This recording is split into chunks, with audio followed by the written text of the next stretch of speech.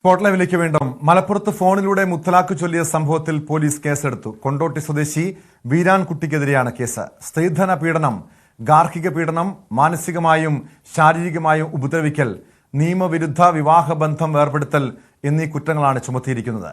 വിവരങ്ങളുമായി CV അനുമോദ് ചേരുന്നുണ്ട്. അനുമോദ്, കഴിഞ്ഞ ദിവസം ഈ സംഭവത്തിൽ വനിതാ കമ്മീഷന് യുവതിയും കുടുംബവും പരാതി നൽകിയതാണ്. പക്ഷേ പോലീസിൽ പരാതിപ്പെട്ടതിന്റെ അടിസ്ഥാനത്തിലാണ് ഇപ്പോൾ പോലീസ് നടപടി സ്വീകരിച്ചിരിക്കുന്നത്. അനുമോദ്.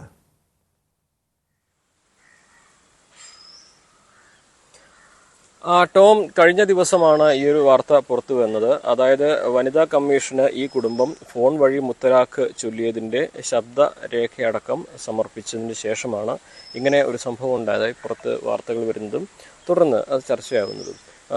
11 മാസം പ്രായമുള്ള ഒരു കുട്ടിയാണ് ഈ 21-കാരിക്കുള്ളത്. കല്യാണം കഴിഞ്ഞ ഏകദേശം നമ്മൾ ഇന്നലെ പറഞ്ഞതുപോലെ 40 ദിവസം മാത്രമാണ് ആ കുട്ടി വീട്ടിൽ നിന്നിട്ട്. അതിനുശേഷം ആ കുട്ടിയെ വീട്ടിൽ കൊണ്ടുവന്നാക്കി.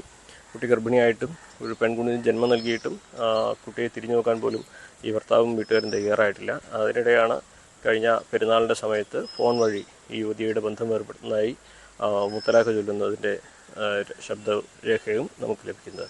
ഇത് സംബന്ധിച്ച് വനിതാ കമ്മീഷണർ പരാതി നൽകിയിരുന്നത് പറഞ്ഞിരുന്നു. അതിനുശേഷം വനിതാ സെല്ലിൽ യുവതി നൽകിയ മൊഴിയുടെ അടിസ്ഥാനത്തിലാണിപ്പോൾ മലപ്പുറം വനിതാ സെൽ ഈ കേസ് അന്വേഷിക്കുന്നത്.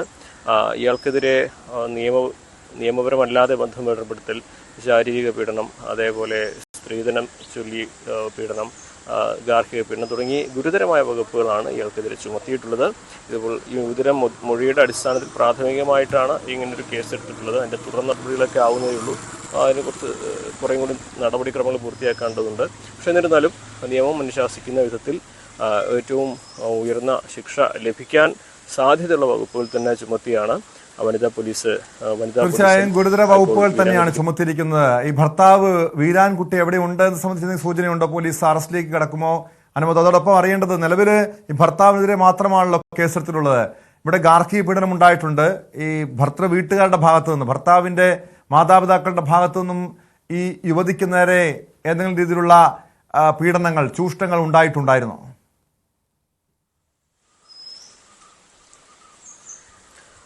ഇതിലിപ്പോൾ ഈ പെൺകുട്ടിയുടെയും കുടുംബത്തിൻ്റെയും മൊഴി മാത്രമാണ് രേഖപ്പെടുത്തിയിട്ടുള്ളത്. അത് സംബന്ധിച്ച് നിലവിൽ ഈ ഫോൺ വഴി മുത്തലാഖ് ചൊല്ലിയതാണ് ഈ പരാതിയിൽ തെളിവായിട്ട്, ഈ പരാതിക്ക് അപ്പുറം തെളിവായിട്ടുള്ള ഒരേ ഒരു കാര്യം.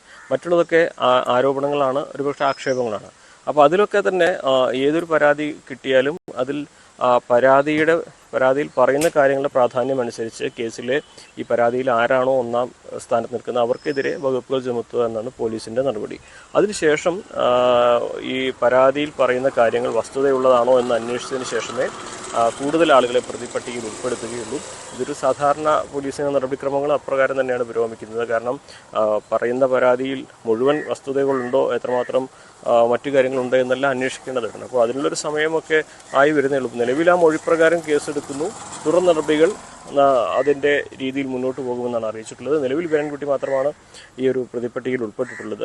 ഇയാൾ കൊണ്ടോട്ടി സ്വദേശിയാണ്. നിലവിൽ എവിടെയാണെന്ന് വ്യക്തമായിട്ടില്ല. ഒരുപക്ഷെ നടപടികൾ ആവുന്ന സാധ്യത, മുൻകൂർ ജാമ്യത്തിന് അയാൾ ശ്രമിക്കാനുള്ള സാധ്യതയും തള്ളിക്കളയാനാകില്ല. എന്നാണെങ്കിലും ഈ പരാതി പ്രകാരം കൃത്യമായ നടപടികളായി മുന്നോട്ട് പോകുന്ന നിലപാടാണ് പോലീസ് സ്വീകരിച്ചിരിക്കുന്നത്.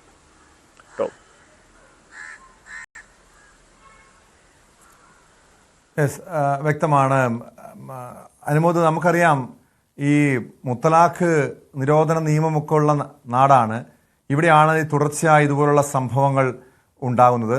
ഇവിടെ കാരണം ഇവിടെ മുത്തലാഖ് ചൊല്ലി ബന്ധമൊഴിഞ്ഞത് മാത്രമല്ലല്ലോ, ഈ യുവതിക്ക് നേരെ പല രീതിയിലുള്ള പീഡനങ്ങൾ ഉണ്ടായിട്ടുണ്ട്. സ്ത്രീധനത്തിൻ്റെ പേരിലുള്ള പീഡനമുണ്ട്. വനിതാ കമ്മീഷന് ഇവർ നേരത്തെ പരാതി നൽകിയിരുന്നല്ലോ. വനിതാ കമ്മീഷൻ ഈ സംഭവത്തിൽ ഇടപെട്ടിട്ടുള്ളത് പോലീസിന്റെ ഭാഗത്തുനിന്ന് മാത്രമാണോ നിലവിൽ നടപടി ഉണ്ടായിരിക്കുന്നത്? വനിതാ കമ്മീഷന് പോലീസിന്റെ റിപ്പോർട്ടിന്റെ അടിസ്ഥാനത്തിലാണ് തുടർ നടപടികളുടെ സാധ്യതയുള്ളത്. കാരണം പരാതിയും ആക്ഷേപവും അതിൽ വസ്തുത എത്രമാത്രം ഉണ്ട് എന്ന് അന്വേഷിച്ച് കണ്ടെത്തേണ്ടത്, അതിൽ നടപടിയെടുക്കേണ്ടത് പോലീസിന്റെ ഭാഗത്തുനിന്നുള്ള നടപടികളാണ്. സ്വാഭാവികമായിട്ടും അതിൻ്റെതായ സമയം ഇതിൽ എടുക്കേണ്ടതുണ്ട്. മാത്രമല്ല വളരെ വേഗത്തിൽ അന്വേഷിച്ച് പെട്ടെന്ന് പ്രതിക്ക് ജാമ്യം കിട്ടുകയോ കേസ് തള്ളിപ്പോവുകയോ ചെയ്യുന്ന സാധ്യതകൾ മുൻപ് പലപ്പോഴും ഉണ്ടായിട്ടുണ്ട് എന്നതുകൊണ്ട് തന്നെ വഴിതടച്ചുകൊണ്ട് ഇക്കാര്യത്തിൽ അവർ പറയുന്ന മൊഴി, അതിൻ്റെ സാധ്യതകൾ, അതിൻ്റെ തെളിവുകൾ എന്നിവയെല്ലാം പരിശോധിച്ച് മാത്രമേ പോലീസിന് തുടർ നടപടിയിലേക്ക് പോകാൻ കഴിയൂ. ഇവിടെ ഇത് പോലീസിന്റെ നടപടികളൊക്കെ പുരോഗമിക്കുകയും ചെയ്യും. പക്ഷേ ഇത്തരത്തിൽ എത്ര കേസുകൾ ഉണ്ടായാലും ആളുകൾ നിയമവിരുദ്ധമാണ് മുത്തലാഖ് എന്ന് അറിഞ്ഞിട്ടും അതേ കാര്യങ്ങൾ തുടരുന്നു എന്നുള്ളതാണ് വളരെ സങ്കടകരമായിട്ടുള്ള കാര്യം.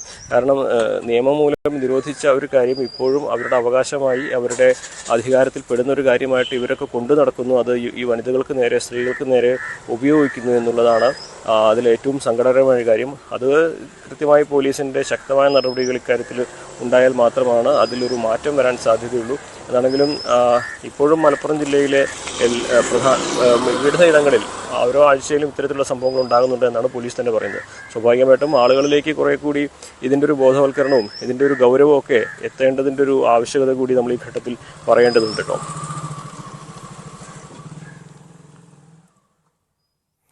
വ്യക്തമാണ്. CB അനുമോദാണ് വിവരങ്ങൾ നൽകിയത്. എന്തായാലും അനുമോദ് സൂചിപ്പിച്ചതുപോലെ ഇത്തരം സംഭവങ്ങളിലൊക്കെ പലപ്പോഴും ഇരകളാകപ്പെടുന്നത് സ്ത്രീകളാണ്. ഇവിടെ ഒരു 11 മാസം പ്രായമുള്ള ഒരു കുഞ്ഞിനെ അടക്കമാണ് ഇവിടെ ഉപേക്ഷിച്ച സാഹചര്യം ഉണ്ടായിരിക്കുന്നത്. യുവതി ഇപ്പോൾ നിയമപോരാട്ടത്തിലാണ്. സംഭവത്തിൽ പോലീസ് കേസെടുത്തിട്ടുണ്ട്.